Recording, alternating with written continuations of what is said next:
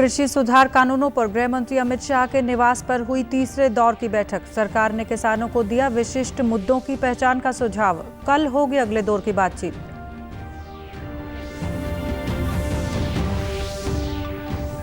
कृषि कानूनों के समर्थन में आए कैथल के किसान, कहा जहां अच्छे भाव मिलेंगे वहीं अपनी मर्जी से फसल बेचने से किसानों को होगा फायदा।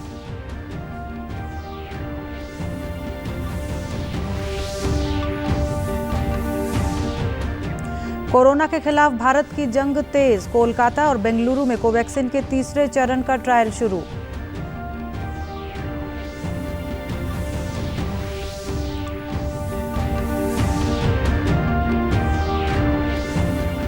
और न्यूनतम समर्थन मूल्य पर धान की फसल बिकने से नरवाना के किसानों में खुशी की लहर, कहा समय पर हुआ फसल का भुगतान। नमस्कार, मैं मंजू सिंधु और अब खबरें विस्तार से। गृह मंत्री अमित शाह के घर पर आज किसानों के मुद्दे पर एक अहम बैठक संपन्न हुई। अमित शाह के साथ बैठक में केंद्रीय कृषि मंत्री नरेंद्र सिंह तोमर और वाणिज्य मंत्री पीयूष गोयल भी मौजूद थे। इस बैठक में फैसला लिया गया कि किसानों के साथ चौथे दौर की बातचीत कल होगी। कल विज्ञान भवन में कृषि कानूनों को लेकर किसानों के साथ हुई बातचीत के बाद केंद्र सरकार द्वारा किसानों को सुझाव दिया गया कि वे विशिष्ट मुद्दों की पहचान करें और फिर उस पर खुले मन से बातचीत होगी। केंद्र सरकार द्वारा पारित तीनों कृषि कानूनों का समर्थन करते हुए कैथल जिले के किसानों ने इन कानूनों को किसान हितैषी बताया है। इन कानूनों से अब किसान को आढ़ती से बंधकर नहीं रहना पड़ेगा और वो अपनी फसल को अपनी मर्जी के अनुसार जहां अच्छे भाव मिलेंगे वहां बेच सकेगा। इससे उनकी आय में बढ़ोतरी होगी। किसानों का कहना है कि प्रधानमंत्री के नेतृत्व में केंद्र सरकार किसानों के हित में अनेक योजनाएं भी लागू कर रही है। किसानों ने कहा कि कुछ राजनीतिक दलों के बहकावे में आकर किसान आंदोलन कर रहे हैं, जबकि छोटे किसान आंदोलन में शामिल नहीं हुए हैं। कर्ज बनते हुए थे, इसमें कोई लाभ नहीं था। ये बीमारी जितनी भी फसल हो ना, हम अपनी मर्जी से कहीं भी बेच सकते हैं। इसमें किसी का कोई नुकसान नहीं है। इसमें तो कोई नुकसान नहीं है। हमारी फसल है जी, जहाँ हमारा जी चाहेगा वहाँ बेचेंगे हम। कहीं बेच लो, हरियाणा से पंजाब में बेच लो, यूपी में बेच लो, राजस्थान में बेच लो, जहाँ मर्जी बेच लो, कहीं भी बेच सकते हो। अपने प्रधानमंत्री नरेंद्र मोदी जी ने जो किसानों के लिए कानून बनाए हैं वो किसानों के हक में बनाए हैं। उसके किसानों का फायदा ही है, नुकसान नरेंद्र मोदी जी का अपने दिल से, तहे दिल से शुक्रिया अदा करता हूं, जिन्होंने हमारे देश के बारे में इतना सोचा और वो दिन दुगनी रात चौगनी प्रगति करने के लिए तैयार हो रहे हैं। हमारे देश के लिए वो दिन रात एक मेहनत कर रहे हैं। हमारे किसान भाइयों को सोचना चाहिए कि हमें बार बार ऐसा प्रधानमंत्री नहीं मिलेगा। वो एक बार ही कई जन्मों में आता है और उनका आदर करना चाहिए, उनका साथ देना चाहिए पब्लिक को। एक कानून सही बनाए हैं जी, 3 मोदी राम ने जी। ये किसानों का कुछ करो जी, आप सब्जी बेचो, मंडी में कुछ करो, खुले दरबार हैं, जिम्मेदार हैं, कहीं बेच सकें। ढेवा बेचो, कलतारण बेचो, जगदीशपुरा बेचो, कहीं भी बेच सकते हैं। बहुत बढ़िया काम कर रहे हैं जी, बहुत बढ़िया। प्रधानमंत्री ने जो ये स्कीम बनाई है, जो अभी हमारे लिए, हम अपनी फसल को, सब्जियों को, फलों को, कहीं चारे को कहीं भी बेच सकते हैं, वो हमारे लिए बहुत फायदे की बात है।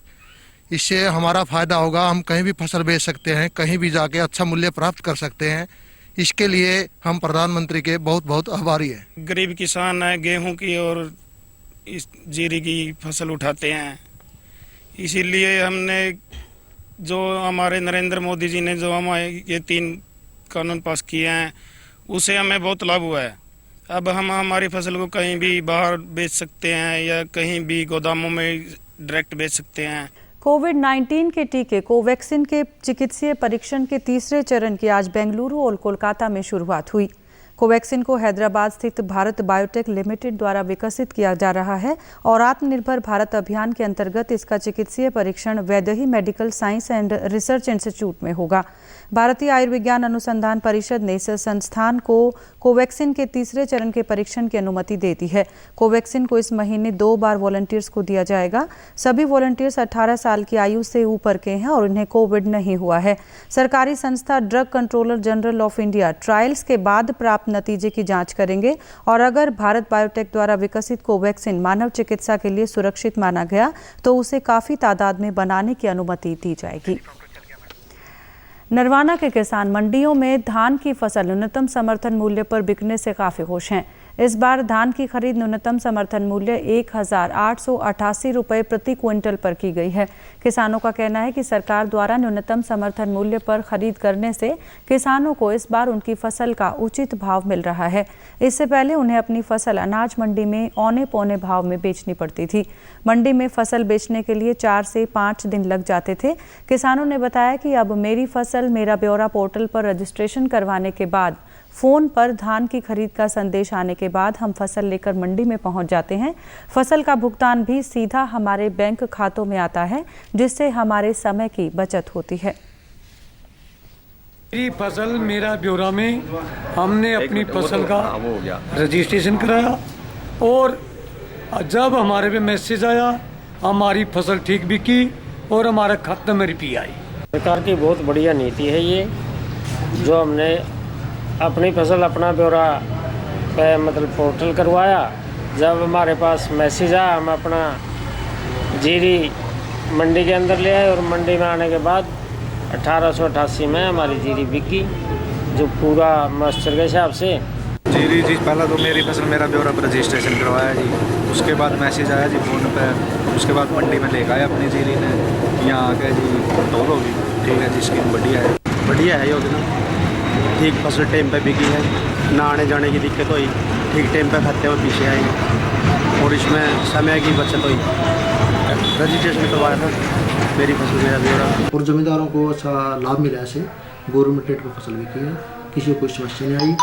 और जो पंजीकरण हुआ था, पंजीकरण के हिसाब से पोर्टल पर जितने किसान रजिस्टर्ड थे उन सबकी फसल बिकी है और किसी भी किसान को किसी भी तरह की कोई समस्या आगे भी नहीं आने देंगे, नहीं पहले आई। मुख्यमंत्री मनोहर लाल ने कहा कि प्रदेश के पूर्व उप मुख्यमंत्री डॉक्टर मंगल सैन सादगी की प्रतिमूर्ति थे। मुख्यमंत्री आज वीडियो कॉन्फ्रेंसिंग के माध्यम से महर्षि दयानंद विश्वविद्यालय रोहतक में डॉक्टर मंगल सैन की 31वीं पुण्यतिथि पर आयोजित कार्यक्रम को संबोधित कर रहे थे। मुख्यमंत्री ने कहा कि डॉक्टर मंगल सैन ने राजनीतिक और सामाजिक जीवन में ऐसे प्रतिमान स्थापित किए जिनका अनुसरण करके ही हम उन्हें सच्ची श्रद्धांजलि अर्पित कर सकते हैं। लोगों के सुख दुख में शामिल होने के लिए वो स्कूटर पर ही निकल जाते थे। उन्होंने अपने राजनीतिक जीवन की यात्रा जनसंघ कार्यकर्ता के रूप में शुरू की। सफर इसके ऊपर पुस्तक का विमोचन किया है। आने वाली पीढ़ी को डॉक्टर मंगल सेन जी के जीवन के बारे में जो उनके विचार थे, जो उनकी कृतियाँ थी, जो उनके कार्यकलाप थे, उनके बारे में जानकारी मिलेगी और निश्चित रूप से हम सबके वो प्रेरणा स्रोत थे, तो हम सबको प्रेरणा मिलेगी। जैसा हम जानते हैं कि डॉक्टर मंगल सेन जी का जीवन पराधीन भारत और स्वाधीन भारत, इनको दोनों को जोड़ने वाला ऐसे कार्यकाल का जीवन है कि उन्होंने संघर्ष लगातार किया और उस संघर्ष की गाथा ठीक उनके पारिवारिक और व्यक्तिगत जीवन से प्रारंभ से ही शुरू हो जाती है। 27 अक्टूबर 1927 को जब उनका बर्मा में जन्म हुआ तो परिवार सामान्य परिवार था। उन्होंने कहा कि डॉक्टर सैन ने कई बड़े शिक्षण संस्थान स्थापित करने में अहम भूमिका निभाई, चाहे वो रोहतक का लालनाथ कॉलेज हो या मेडिकल कॉलेज। मुख्यमंत्री ने डॉक्टर मंगल सैन राजनीतिक एवं सामाजिक नायक नामक पुस्तक का विमोचन भी किया। लालनाथ हिंदू कॉलेज रोहतक का, इसकी स्थापना डॉक्टर मंगल सैन जी ने करवाई।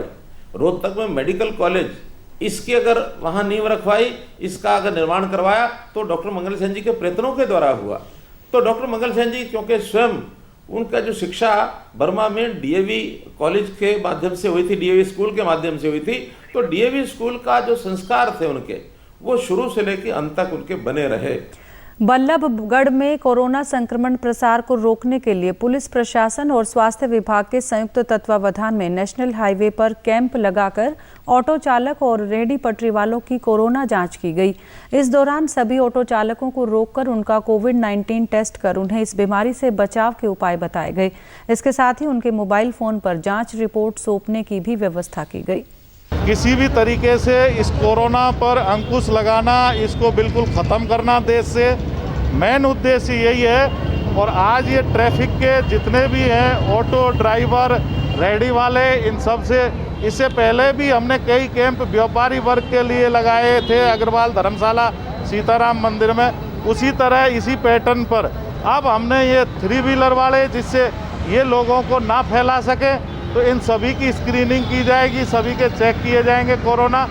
और इसके लिए ट्रैफिक पुलिस से ये एसीपी साहब से सारा डिस्कस होके ये कैंप का यहाँ प्रावधान किया गया। तो आज हम सभी ऑटो चालकों का बल्लभगढ़ में फ्लाईओवर के नीचे कोविड टेस्ट करा रहे हैं और कोरोना के प्रति इनको जागरूक भी कर रहे हैं कि किस तरह हमें अपना बचाव रखना है।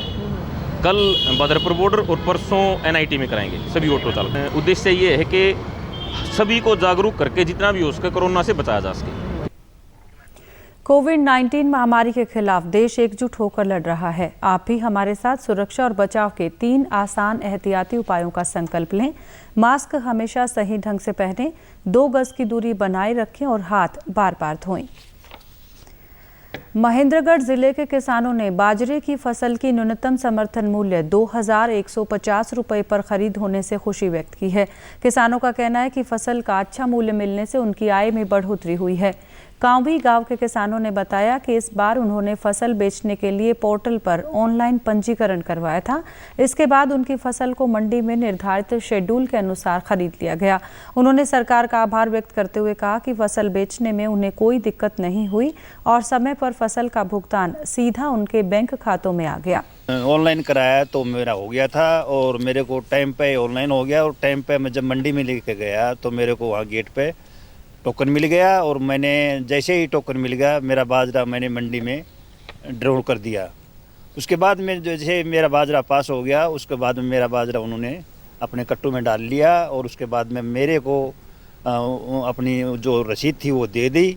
उसके बाद में मेरा टाइम पे ही पैसे डल गए खाते में। सरकार ने MSP जो निर्धारित किया 2150 रुपये उसके हिसाब से मैंने अपनी फसल बेची है और मुझे किसी प्रकार की कोई दिक्कत नहीं आई। सरकार द्वारा जो ऑनलाइन सिस्टम दिया गया था उसमें हमने समय के अनुसार पंजीकरण कराया और समय के अनुसार ही हमें जब चाहा हमें वो उसकी डेट मिली। बाजरे की ऑनलाइन मैंने करवाई और मैं मंडी में लेके गया, कोई परेशानी नहीं हुई। समय अनुसार मेरा बाजरा गवर्नमेंट की तरफ से सही भी गया और मेरे खाते में सही समय पर पैसे आ गए। रजिस्ट्रेशन करवाया, फिर मैंने जो अपने इच्छा अनुसार जो समय मांगा फसल बेचने के लिए वो मुझे तुरंत मिला। मैं फसल लेकर जब मंडी गया तो मुझे पता कोई दिक्कत कोई परेशानी नहीं हुई। मैंने जो आड़ती जो सिस्टम देखा वो इतना अच्छा लगा कि मेरे जाते ही मेरा बाजरा तुल गया और जो सरकारी रेट 2150 रुपये थे उस रेट के भाव से मेरा अच्छा बाजरा बिका। रजिस्ट्रेशन करवाया, रजिस्ट्रेशन के बाद जो है मेरा नंबर आया बाजरा का, मैं यहाँ से लेकर गया तो वहाँ जाने के बाद कोई दिक्कत नहीं आई मेरे को। मैंने आड़ती के पास जो है वो रख दिया, अपना बाजरा ले जाके उतार दिया और वहाँ से जो है उन्होंने पर्ची वगैरह जो बनवाई, जो उनका काम था उन्होंने पूरा किया, कोई दिक्कत नहीं आई उसमें और मैंने अपना बाजरा बेच दिया और तुलवा कर उन्होंने अपनी पर्ची दे दी और पर्ची के बाद जो है बहुत बढ़िया ढंग से उन्होंने बताया। प्रधानमंत्री जनधन योजना के तहत केंद्र सरकार द्वारा लॉकडाउन व तत्पश्चात की स्थिति में दी गई राशि ने महिला खाता धारकों को काफी राहत दी है। रेवाड़ी जिले की महिलाओं का कहना है कि लॉकडाउन के दौरान न केवल रोजगार छिन गया था बल्कि रोजमर्रा की जरूरतें पूरी करने में भी परेशानी हो रही थी। ऐसे में केंद्र सरकार की ओर से जनधन खातों में हर माह डाली गई 500 रुपए की राशि उनके लिए बेहद लाभदायक साबित हुई। हमारे खाता में मोदी ने 500 रुपया घेरा था, उससे हमें लाभ है, धन्यवाद। तो मोदी जी ने वो खाते पे हमारे जो पैसे डाले थे 500 रुपये, उसके लिए उनको दिल से आभार करती हूँ। मोदी जी ने जो लॉकडाउन के तहत जन धन योजना में जो 500 रुपये दिए उनसे हमें बहुत आर्थिक मदद मिली है, इसलिए हम मोदी जी का बहुत बहुत धन्यवाद करते हैं। मोदी जी ने जन धन योजना के समय 500 रुपये दिए थे, मैं मोदी जी का धन्यवाद करना चाहूँ। अंत में इस बुलेटिन के मुख्य समाचार एक बार फिर। कृषि सुधार कानूनों पर गृह मंत्री अमित शाह के निवास पर हुई तीसरे दौर की बैठक। सरकार ने किसानों को दिया विशिष्ट मुद्दों की पहचान का सुझाव। कल होगी अगले दौर की बातचीत।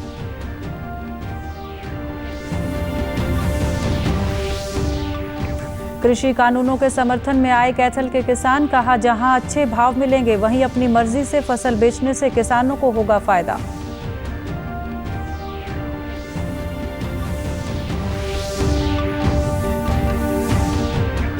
कोरोना के खिलाफ भारत की जंग तेज, कोलकाता और बेंगलुरु में कोवैक्सीन के तीसरे चरण का ट्रायल शुरू।